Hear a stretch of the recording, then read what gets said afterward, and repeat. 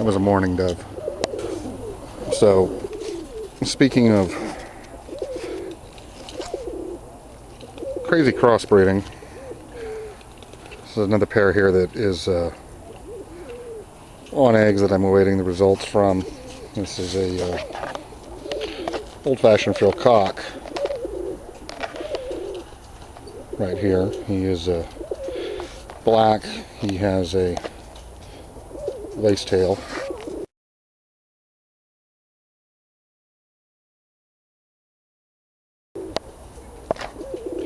Peak crest, neck frill, grass legs, shield marked. He is mated to a double Crested Priest right now. She is a red Toy Stencil with white bars. She has muffs, shell crest, beak crest.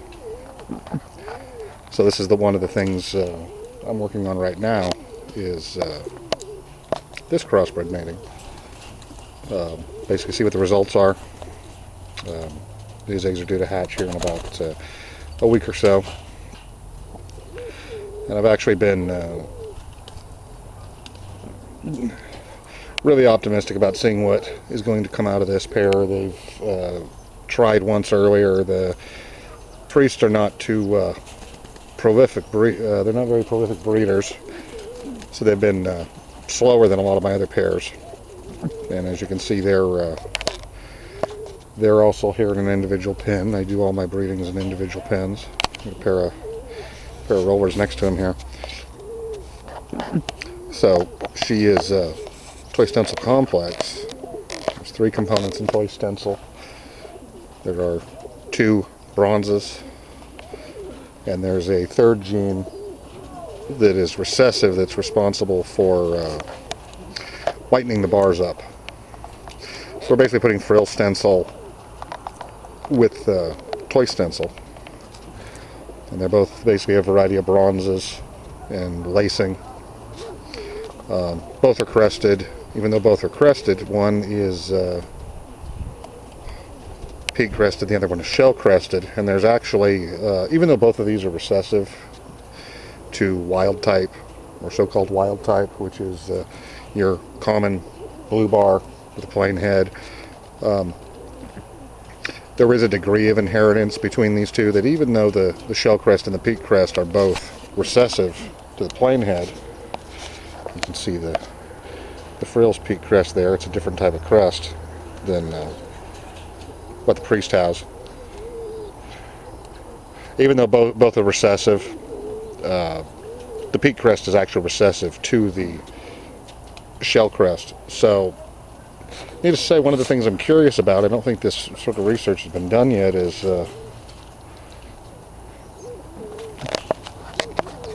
what kind of crests will you get out of crossing these 2 breeds?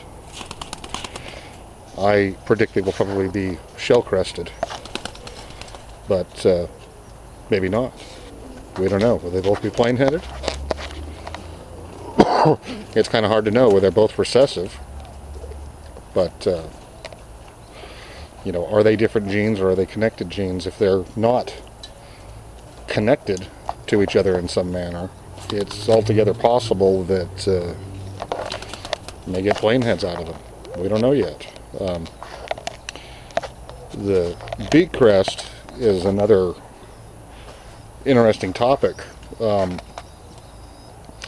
In some breeds, this beak crest is recessive. In other breeds, it seems to be an incomplete or partial dominant. So that's kind of one of the things I have a lot of question about.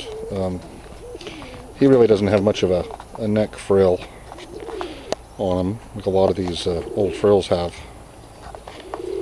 But that's a recessive.